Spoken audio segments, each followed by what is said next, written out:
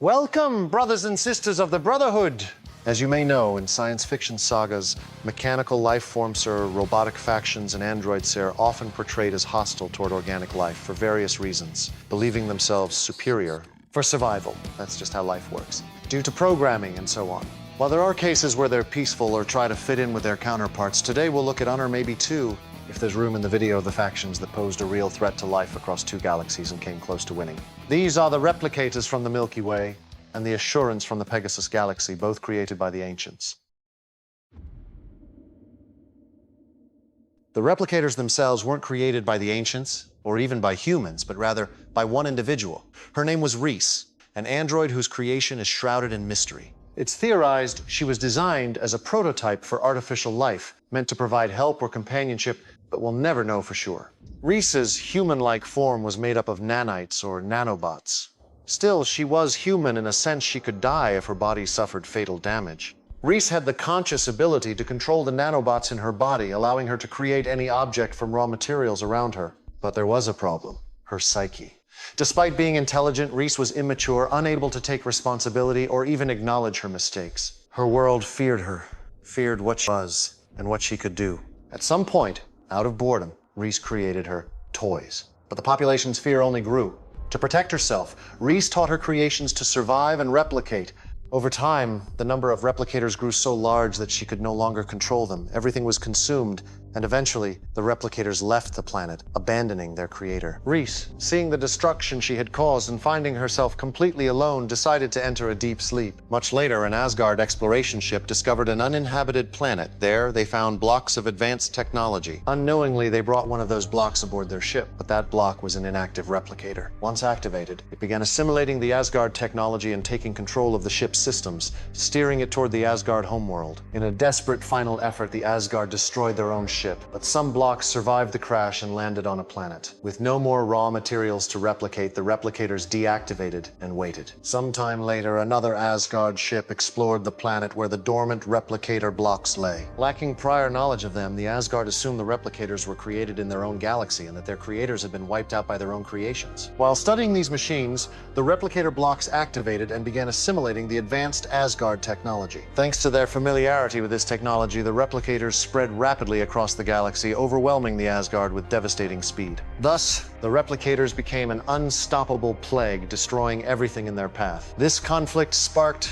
the Asgard-Replicator War. Over time, the replicators began adapting to the Asgard's tactics, which proved ineffective. Every attempt by the Asgard to defeat them only made the replicators more advanced as they learned from the technologies and strategies used against them. As a result, the replicators came dangerously close to the Asgard homeworld, Othala. In a desperate move, the Asgard sought help from Earth to combat the threat. With Samantha Carter's assistance, and at the cost of sacrificing the prototype Asgard warship O'Neill, they managed to prevent the invasion of Othala. However, this was only a temporary victory, as the replicators remained a formidable threat. At some point, unbeknownst to them, the SG-1 team discovered the replicators' home planet and their creator, Reese. They brought her to Earth, reactivated her, and eventually uncovered the truth about the replicators' origins. In an attempt to resolve the situation peacefully, Dr. Daniel Jackson tried to convince Reese to stop her creations, while other team members searched for a way to destroy them. But things spiraled out of control. Terrified, Reese created more replicators to escape. In a final effort, Daniel nearly persuaded her, but Jack O'Neill shot her. In her final seconds, Reese deactivated the replicators she had created at the base before dying. Reese's remains were sent to the Asgard, who used her signal to lure all the replicators into a trap on the planet Hala. There, the Asgard activated a time dilation field, slowing time enough to buy them time to plan the replicators' ultimate destruction. However, upon analyzing their creator's remains, the replicators discovered that her composition contained elements superior to their own. This led them to evolve and create a new form: human replicators made of microscopic nanobot blocks. The first of these new replicators was far more intelligent, capable of controlling the others and bypassing the Asgard's time dilation field, even using it to their advantage. With this new threat, SG-1 managed to convince Fifth, one of the humanoid replicators, to betray his fellow replicators. Fifth activated the Asgard time dilation device, trapping the replicators in a state of temporal stasis. However, he was betrayed in the process and became trapped alongside the others. Knowing that the replicators would eventually find a way to disable the time dilation field, a drastic decision was made to collapse the system's sun into a black hole in order to destroy them once and for all. With the plan underway, Thor and members of SG-1, Samantha Carter and Teal'c, watched as the planet was consumed by the ravenous black hole. But to their shock and horror, Thor's ship detected that a splinter group of replicators had separated from the main collective, and they possessed a portable version of the time dilation device, allowing them to resist the effects of the black hole in a way that even the Asgard couldn't fully explain. During their escape, the replicators engaged Thor's ship. Using a modified replicator block as a missile, they were able to breach the Asgard shields and infiltrate the vessel. Amid the chaos, Samantha Carter was kidnapped. The one behind it was Fifth, who had survived and now sought revenge. His goal, to continue the expansion of the humanoid replicators. He traveled to the Asgard homeworld, where a large quantity of neutronium, the essential element for creating nanobots, was stored. The planet began to be overrun, but thanks to Thor, to the ancient knowledge unlocked by Colonel Jack O'Neill, and to his temporary sacrifice of mental stability, they managed to create a weapon capable of destroying the replicators. Fifth escaped, leaving Samantha on the planet's surface, and taking only enough neutronium to create one new human-form replicator. And I think you already know who she created. A clone of Samantha Carter. This clone, however, managed to escape Fifth and sought help from the real Colonel Carter, claiming she only wanted to live in peace. She revealed that the Replicators had developed an encryption system that made them resistant to disruptor weapons. The Replicator Carter and the real Carter seemingly worked together on a solution to this new adaptation problem. When Fifth's ship entered orbit, the weapon was activated by Replicator Carter herself, destroying Fifth. However, she soon revealed that it had all been a trap. She had used the original Carter to help the Replicators develop immunity to disruptor technology. After that, she escaped through the Stargate and took command of the Replicators. Sometime later, the Replicators launched a massive invasion of the Milky Way, attacking Goa'uld worlds and assimilating their ships to strengthen their forces. During this offensive, Replicator Carter captured Daniel Jackson in order to extract the knowledge of the ancients that he possessed. It was then that she discovered the existence of a powerful weapon on the planet Dakara, the only real threat to her. With a massive fleet of captured ships, she assaulted Dakara, where members of SG-1, the Jaffa Rebellion, and a fleet led by System Lord Baal were gathered. A huge battle erupted in Dakara's orbit, while fierce fighting took place on the surface to prevent the Replicators from taking control of the superweapon. The Stargate commanders also invaded through the gate, plunging everything into total chaos. Defenders were falling one by one. It wasn't until Daniel Jackson's intervention and sacrifice that the Replicators were temporarily paralyzed. However, Replicator Carter soon regained control. But it was too late. The Dakara weapon was calibrated to emit a replicator disruptor wave through the Stargate network, targeting planet after planet. The wave spread across the entire galaxy, disintegrating the replicators, including Replicator Carter, and putting an end to the threat. After this victory, Anubis attempted to seize the Dakara weapon, but thanks to Omidasala's intervention and Daniel Jackson's help, he was dragged into an eternal battle. That, however, is a story I've already told. This could have been the end of the Replicators. But years later in the Ori Galaxy, while SG-1 was searching for the Ark of Truth, James Merrick, under orders from the IOA, created a new replicator using the Asgard core aboard the Odyssey. And why did they do this? The IOA believed that if SG-1 failed to find the Ark, an artifact that neutralizes the Ori's influence, they needed a desperate fallback plan. The Replicators, with their ability to rapidly replicate and consume advanced technology, were seen as a last resort weapon against the Ori ships. And of course they added a self-destruct code to keep things under control. Did it work? Nope. The Replicator escaped, evolved into a queen, assimilated Merrick, turning him into a cyborg, and nearly destroyed the Odyssey. Luckily, they activated the self-destruct in time, and around the same moment, the Ori were defeated thanks to the Ark of Truth. And you know what? Go watch the movie. It's pretty good.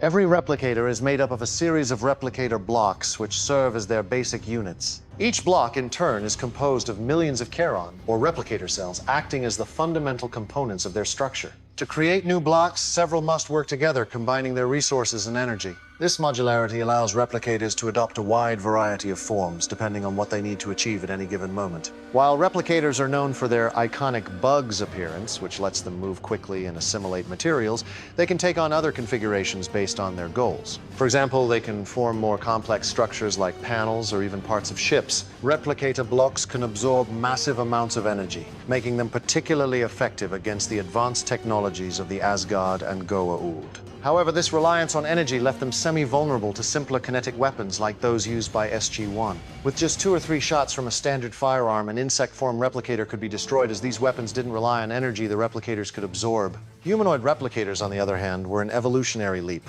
Instead of blocks, they were made of microscopic nanites, granting them far greater complexity and adaptability, Their structure made them virtually invulnerable to conventional weapons, as the nanites could self-repair and reconfigure at astonishing speed. Their design allowed them not only to mimic human appearance, but to develop advanced intelligence and strategic thinking. Basic replicators also excelled at adapting quickly to the technology of other species. They could assimilate it, integrate it into their structure, or even use it to upgrade themselves. For example, after infiltrating enemy ships, replicators could merge with systems, take control, or even build their own ships from scratch. This adaptability made them an unpredictable threat, able to transform any resource into a tool for their expansion. The only weapon capable of destroying all replicator forms from insect to humanoid was the Replicator Disruptor. Developed using ancient technology and perfected by the Asgard and SG-1, this device attacked the links holding the blocks or nanites together, reducing them to harmless dust. However, thanks to Carter's clone, the replicators evolved once again. Over time, they developed partial immunity to the disruptor, adapting to its frequencies after repeated exposure, becoming an almost unstoppable threat.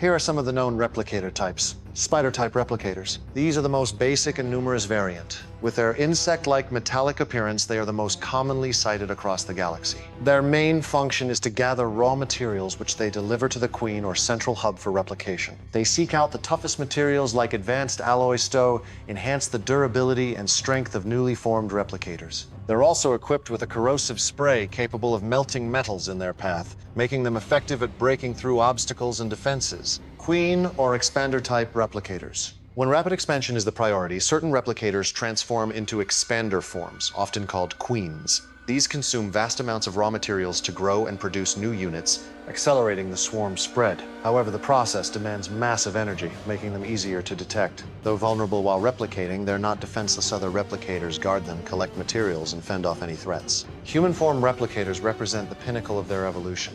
Composed of nanites instead of blocks, they're the most complex and intelligent of all. Their primary role is to coordinate other forms to maximize expansion, but they also excel at infiltration missions. They're programmed to evolve constantly, and after analyzing their creator Reese's body, they determined her design was the most efficient and advanced. This led them to adopt increasingly perfected human forms. Human replicators are extremely dangerous, stronger, more resilient, and nearly invulnerable to conventional damage. They possess a chilling ability. They can insert their hands into the heads of sentient beings to extract information directly from their minds. This process isn't lethal, but causes intense pain and severe headaches. If the victim's mind isn't strong enough, the replicators can access any data with ease. However, their creation and repair require exotic materials like neutronium, limiting their production. Special mention, fly-type replicators, the originals. Finally, it's worth highlighting a more primitive form, the fly-type replicators, originally created by Reese. When Reese was reactivated after centuries of dormancy, she was unaware of her creation's evolution. In her attempt to escape, she generated replicators that reflected her initial design. These were smaller, with vestigial wings that didn't function, but incredibly fast. Though less advanced than modern forms, fly-type replicators offer a glimpse into the past, showing what replicators were like in their origins before becoming the galactic threat we know. As for replicator ships, I'll save that for another video. It's not that I'm trying to cut corners, it's just that I want to dive deep into them using the Stargate, Pegasus Chronicles mod, and others.